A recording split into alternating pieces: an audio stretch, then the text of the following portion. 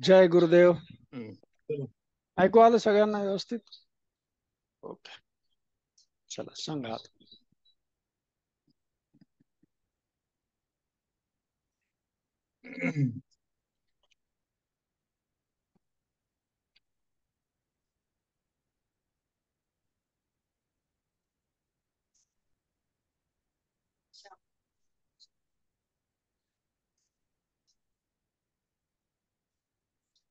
या ठिकाणी गुरुदेव म्हणतात की सो हम म्हणजे मैं हूँ।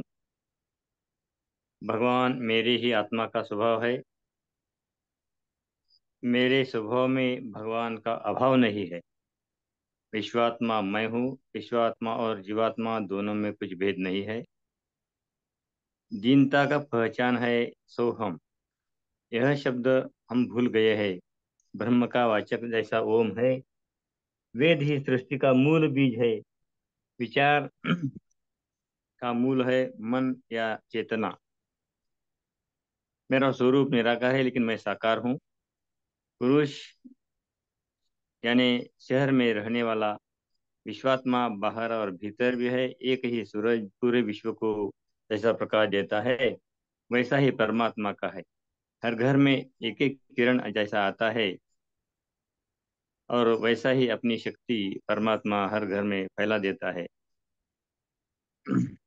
इतने ही घर में सूर्य का प्रतिबिंब आता है वैसा ही परमात्मा अपने पास है।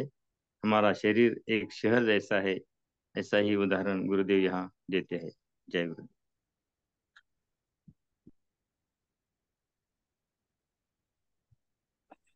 त्याचबरोबर गुरुदेव सांगतायत की चेतनेचे मूळ तुमचे मन आहे आणि हम्म. मनाचे मूळ तुमचा विचार आहे. जेव्हा तुमच्या मनामध्ये एखादी गोष्ट करण्याचा विचार येते तेव्हाच तुम्ही कृती करू शकता. जसं की तुम्हाला वाटलं की आता एखाद्या हॉटेलमध्ये जाऊन पराठा खावं, हा विचार आला तरच तुम्ही जाऊन खाऊ शकता, असं पण गुरुदेव सांगतायत. आणि त्याचबरोबर गुरुदेव सांगतायत की तुमच्या डीएनए मध्ये, तुमच्या पेशीमध्ये, तुमच्या सेल्समध्ये एक एक कृती तुमची नोंदवल्या जाते. जर आपण खोटे जरी बोललो तरी त्या पेशीमध्ये ते उतरते, ते पण आहे. आणि त्याचबरोबर तुमच्या एक एक छोट्या छोट्या पेशीपासून तुमच्यासारखी अनेक व्यक्ती बनवले जाऊ शकतात. तसंच आहे की ईश्वराचं प्रतीक आपण आहोत आणि ईश्वराने आपल्या रूपामध्ये अनेक प्रती बनवलेले आहेत. पण मूळ प्रत जी आहे, जसं की सूर्याला म्हणतायत की तू वेगळा नसून तो वर जो आहे तेच तू आहेस, फक्त नजर वर करून तू पहा, तुझं मूळ तेच आहे, असे गुरुदेव सांगतात.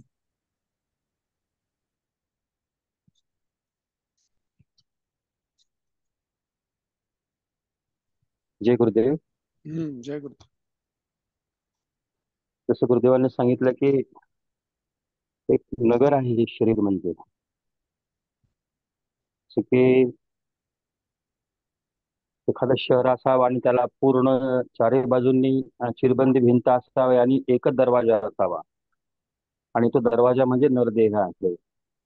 पण आंधळा माणूस जर त्या भिंतीला धरत धरत चालला आणि नेमकं त्या दरवाजाच्या जवळ आल्यानंतर त्याची खास सुटावी आणि त्याचा हात सुटावा आणि मग नंतर त्या भिंतीला स्पर्श करावा, तसं हे पूर्ण शरीर म्हणजे एक शहर आहे. या शहराच्या बाहेर निघण्याचा जो रस्ता आहे तो म्हणजे हा नरदेह आहे. या नरदेहामध्ये प्रत्येकामध्ये ईश्वर आहे याची जाणीव होणं हेच खरं आत्मज्ञान आहे.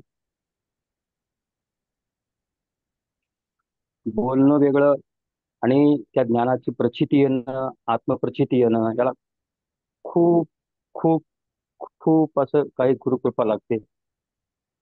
कारण आपण इतके दिवसापासून हे सगळं ऐकतोय आणि हळूहळू आपलं मन एका वेगळ्या, म्हणजे मला सांगता येत नाही, वेगळ्या आनंदाकडे किंवा वेगळ्या याच्याकडे जात आहे. हे शब्दात मी वर्णन करू शकत नाही सर. खूप छान वाटतं. ओके.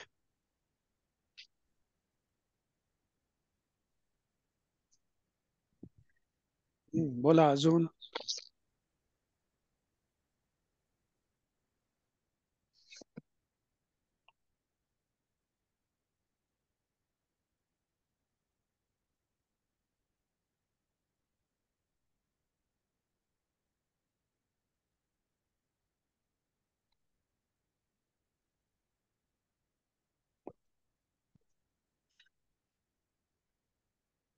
कालचा संदर्भ काय होता?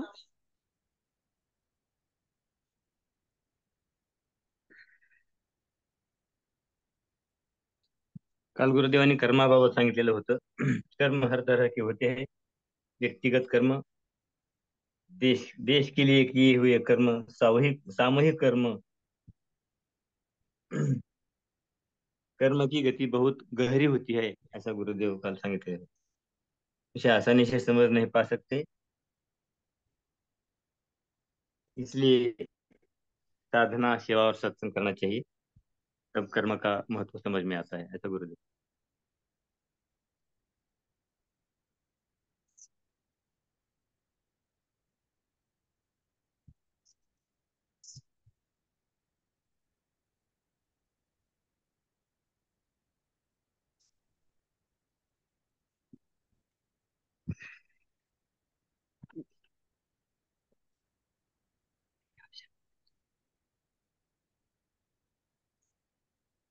आपल्यामध्ये दीनता का येते?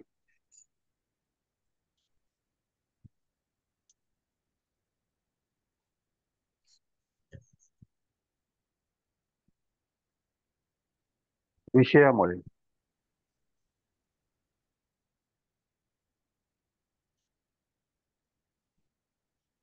ईश्वराचा अंश आपल्यामध्ये असून सुद्धा आपण तो नसल्याचा भ्रम आपल्यामध्ये निर्माण झाला. अज्ञान, अज्ञान. अज्ञानामुळे दीनता येते. हो.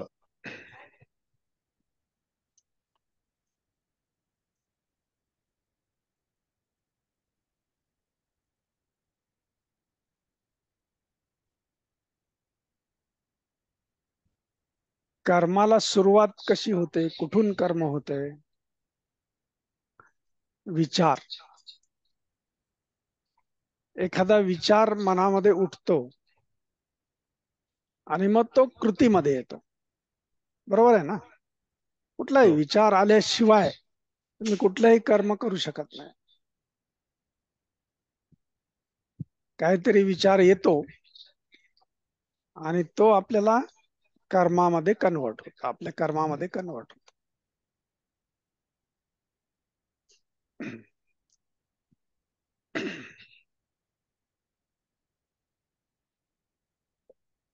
आणि आपल्यामध्ये दीनता येण्याचं कारण काय आहे? तर आपल्या स्वतःविषयीचं अज्ञान.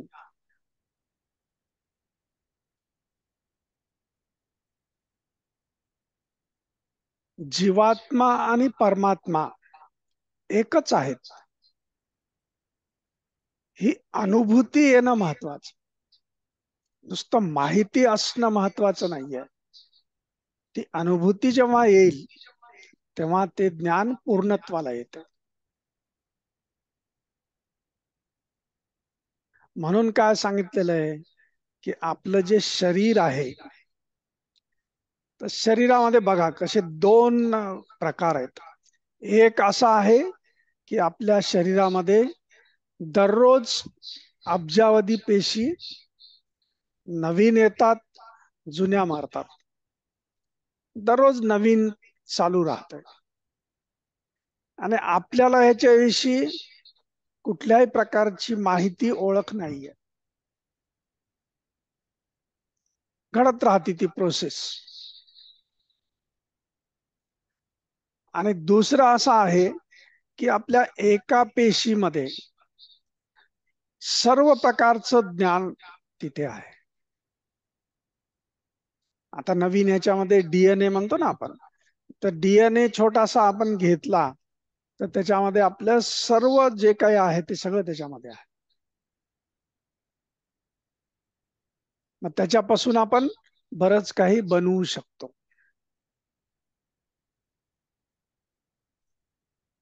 म्हणजेच आपल्या सगळ्या शरीराची ओळख एका छोट्याशा पेशीमध्ये आहे.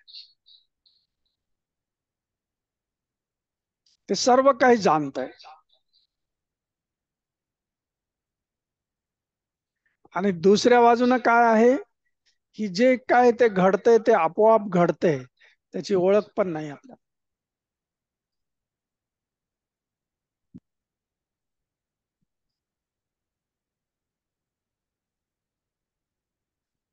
मग हे जी जी जाणीव आहे की सगळं काही एक आहे, तर बघा याची सुरुवात कशी झालेली आहे. परमात्मा एकटा, एकच. आता ते एकट्याला काही तेवढस मजा येईना गेली, म्हणून एकाचे अनेक झाले.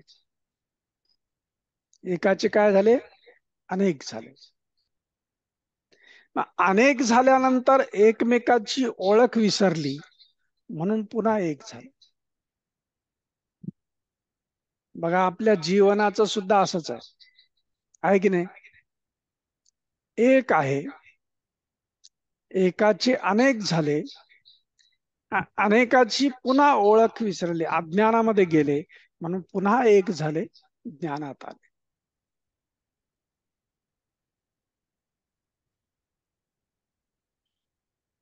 म्हणून आपल्या शरीराला काय म्हणलेलं आहे? पुरुष. एक शहर. पूर म्हणजे शहर. पुरुष, पूर. आणि त्या शहरामध्ये मजा करणारा, मौज करणारा तो पुरुष.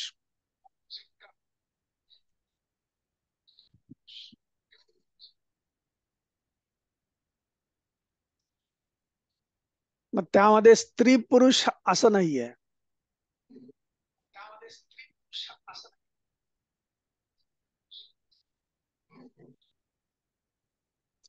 मग ह्याची जाणीव करून देण्यासाठी कोण आवश्यक आहे? तो म्हणजे गुरु. गुरूंनी ही जाणीव करून दिली, तू अनेक असून सुद्धा एक आहेस. मग मंत्र काय दिला? सो हम. तो तूच आहेस. जसं तो सूर्याचं मी आहे. उदाहरण दिलंय,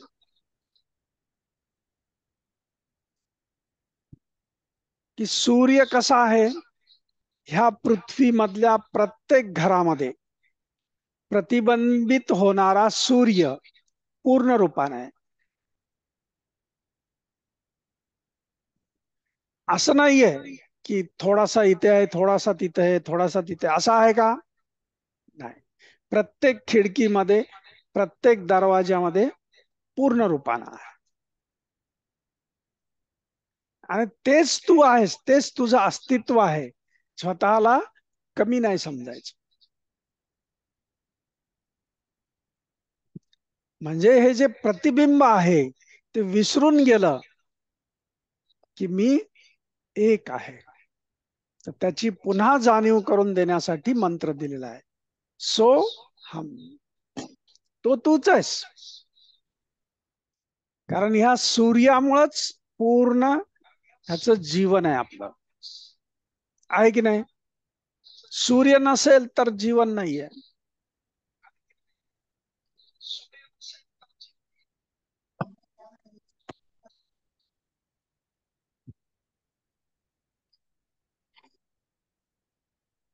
तर जसा सूर्य पूर्ण रूपानं प्रत्येकाच्या घरामध्ये असतो, तशाच पद्धतीनं माझं सुद्धा अस्तित्व आहे. मी सुद्धा कसा आहे? पूर्ण रूपानं आहे.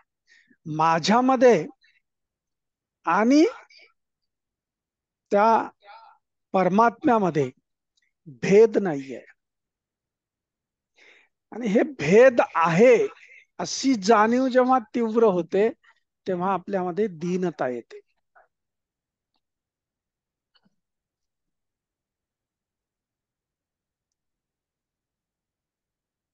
कारण ते प्रतिबिंब म्हणजेच सूर्य आहे, आणि सूर्य म्हणजेच प्रतिबिंब आहे.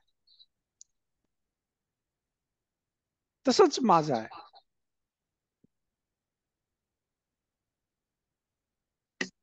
आणि हे ज्ञान पूर्ण अनुभूतीमध्ये आलेलं नाहीये.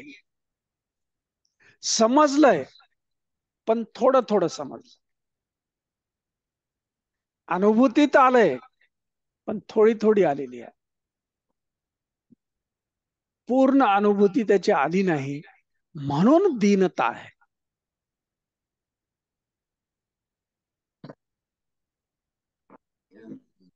मग यासाठी काय आवश्यक आहे? ती म्हणजे श्रद्धा, गुरुवरली श्रद्धा.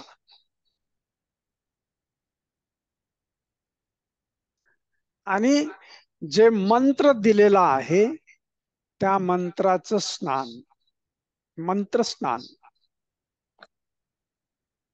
हे जेव्हा आपण करत राहू त्यावेळेस काय होईल? ही अनुभूती आपल्याला येईल.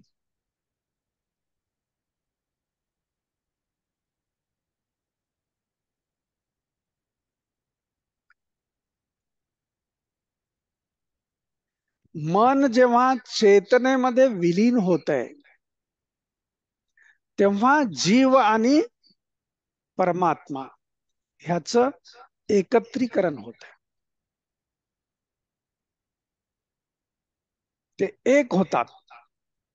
केव्हा होतात? जेव्हा मन हे आपल्या चेतनेमध्ये किंवा आपल्या आत्म्यामध्ये विलीन होते तेव्हा.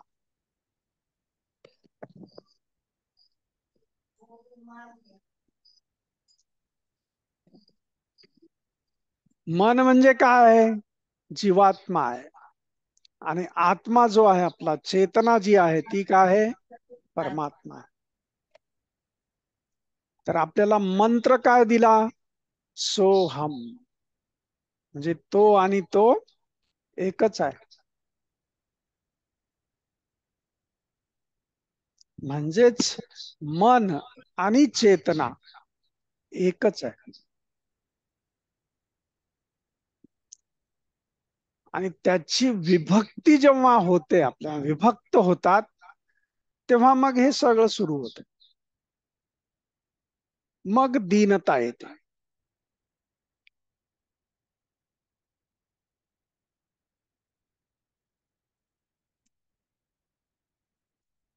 आणि हे वेगवेगळे मन, जसे प्रतिबिंब रूपामध्ये जसा सूर्य प्रत्येक ठिकाणी आहे तसे वेगवेगळे मन जेव्हा एकत्रित येतात आणि ती विशालता होते, तो कोण आहे? विश्वात्मा आहे. तोच परमात्मा आहे, तोच गुरु आहे. आहे ना. आता प्रत्येकाचं आपलं मन वेगवेगळं आहे ना. प्रत्येकाचं मन वेगवेगळं आहे.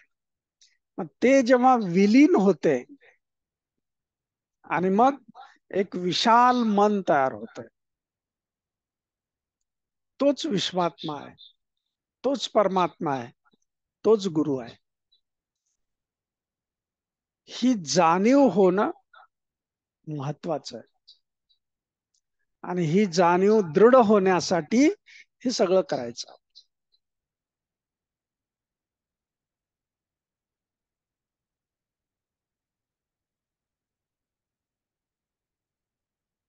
यासाठी काय आवश्यक आहे? पुन्हा तेच, विचारांमध्ये शुद्धता आवश्यक आहे. आता समजलं ना आपल्याला की विचार आला तरच कर्म होते. तर शुद्ध विचार असेल तर कर्म कसं राहील? शुद्धच राहील. शुद्ध राहील.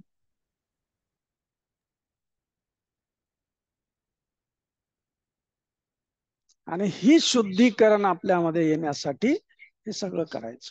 आणि हे कशानं होत असते? तर गुरुकृपेनं होत. गुरुची कृपा दृष्टी झाली की मग हे सगळं सहजतेनं होत.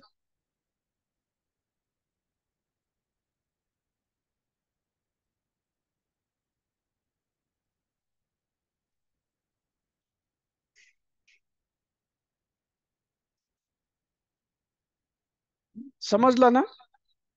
हो सर. म्हणून आपला पृथ्वी तलावर मानव म्हणून जन्माची प्रोसेस सुद्धा अशीच आहे. एक, अनेक, पुन्हा एक.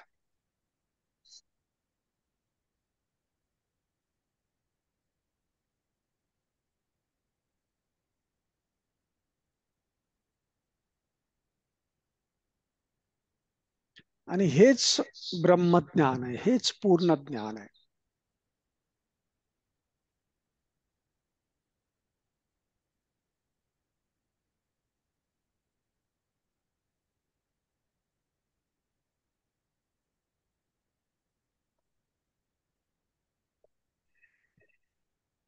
कोणाला काय प्रश्न विचारायचे असतील तर विचारू शकता.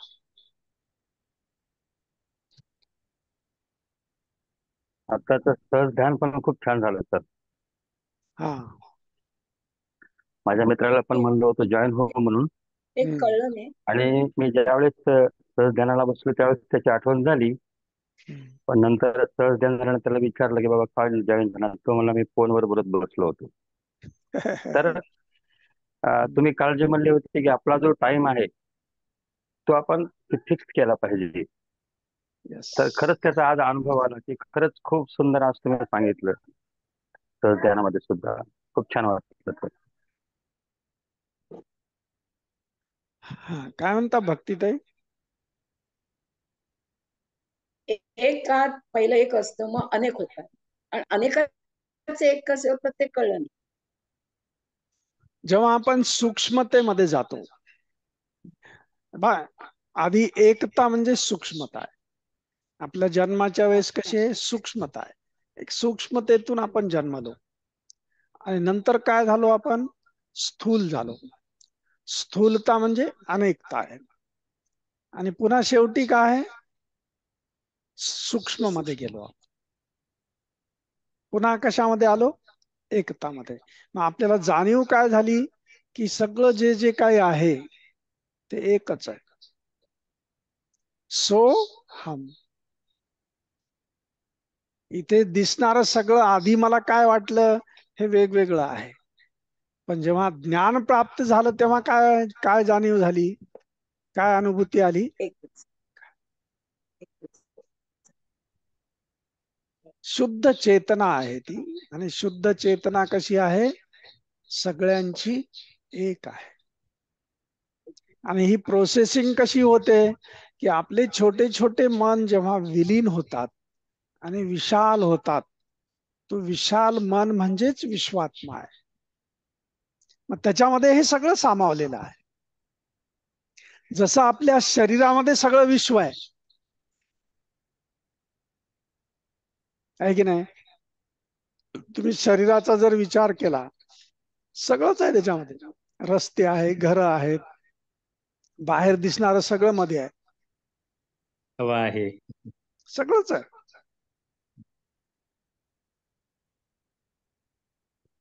पिंडी ते ब्रह्मांडे. हा, यत पिंडे तत् ब्रह्मांडे.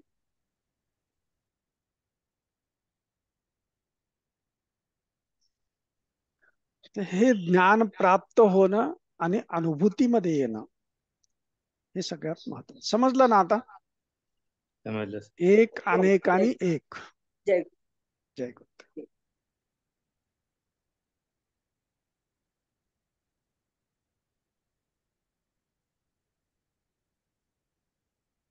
तर एक विचारायचं होतं मला, हा विचार. म्हणजे ज्ञान राहावं म्हणून की सुदर्शन क्रियेमुळं एकदाच सुदर्शन क्रिया झाल्यानंतर एखाद्याचं जीवन परिवर्तन होते. आणि असे बरेच साधक पाहिले की त्यांनी कितीही जरी सुदर्शन क्रिया केल्या तरी त्यांच्यावर परिणाम होत नाही, किंवा मग हे त्यांचे कर्म असतात का, म्हणजे नेमकं काय असतं? कर्मबंधन आहेत त्यांचे. अच्छा. कर्माच्या बंधनातून जोपर्यंत मुक्त होत नाहीत तोपर्यंत ह्या अनुभूतीला नाही येऊ शकत. अच्छा. सिंपल उदाहरण आहे. आपल्या ह्या जी. ग्रुपमध्ये, अष्टावक्र गीताच्या ग्रुपमध्ये किती लोक आहेत? हो. 80च्या वर आहेत, है ना? हो. आणि नियमितपणे येणारे किती आहेत? 10-12. 10-12.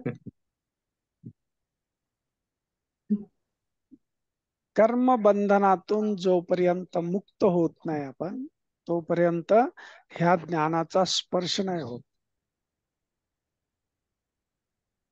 आणि ह्याच्यामध्ये आल्यानंतरच ध्यान किंवा सुदर्शन क्रिया असेल, ज्ञान असेल, याची आवड निर्माण होऊनच आपण कर्मबंधनातून मुक्त होईल. हो ना. ते तर आहेच ना. याच्याशिवाय दुसरा पर्याय नाही तुम्हाला, दुसरा मार्गच नाहीये, हा एकच मार्ग आहे.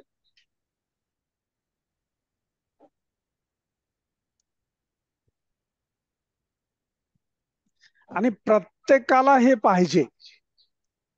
प्रत्येक जण पृथ्वी तलावर आला याच्यासाठी, पण नंतर भरकटला.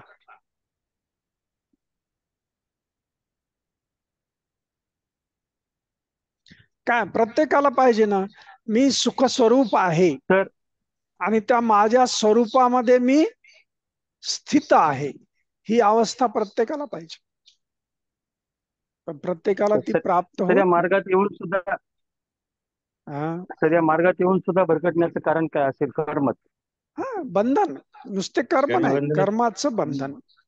Yes. जसं काल आपल्याला उदाहरण सांगितलं गुरुदेवांनी, की एकाने विचारलं की येशू ख्रिस्ताला, म्हणजे ते एवढे हे असताना सुद्धा त्यांना एवढा त्रास सहन करावा लागला. त्याचं कारण काय? तर गुरुदेवांनी छान उदाहरण दिलं, कर्म. कर्माचं बंधन. कदाचित मागच्या जन्मातलं बंधन असेल, किंवा मग या जन्मामध्ये केलेल्या कर्माचं बंधन असेल.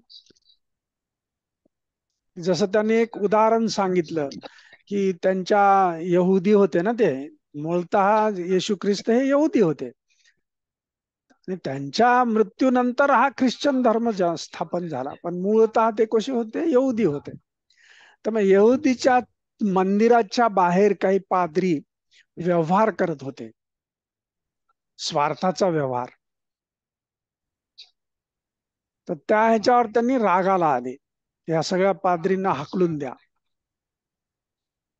म्हणजे त्या कर्माचं सुद्धा बंधन कदाचित असू शकेल, त्यामुळे त्यांना तो त्रास सहन करावा लागतो.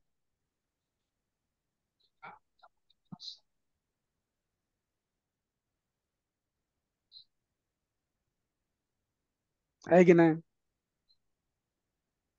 खूप कठीण आहे सर.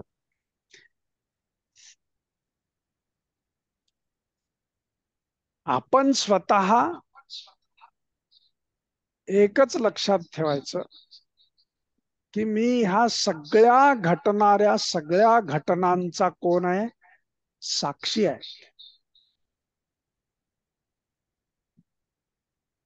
हे सगळं घडतंय, मी नाही करत. आणि आपल्या जवळच्या एखाद्या माणसाला याच्यातून काढायचं असेल तर आपण फक्त गुरुदेवांना प्रार्थना करायची किंवा ईश्वराला प्रार्थना करायची, बस. आपण काढणारे कोणीच नाही, ते आपोआप निघते. ते आपण कुणी एक लक्षात घ्या, कुणाचं परिवर्तन करणं, कुणाला ज्ञानात आणणं, त्याच्यावर काही हे करणं, हे कुठलीही गोष्ट आपल्या हातात नाहीये. पण आपण कसे आहोत?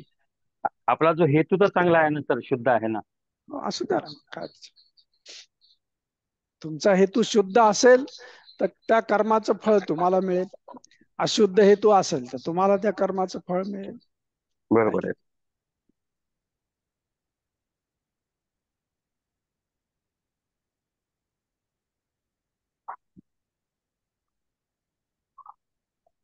आणि कर्माच्या बाबतीत ज्ञान अग्नी कर्म दग्धानाम, म्हणजे ज्ञानानंतर कर्म आपोआप जाळले जातात. गुरु सानिध्य, जी. सगळ्यात आधी गुरु सानिध्य, मग ज्ञान. आणि ते प्राप्त झालेलं ज्ञान गुरुच्या कडून जेव्हा प्राप्त होते, तेव्हा गुरुच्या कृपेमुळे ते जाळल्या जात.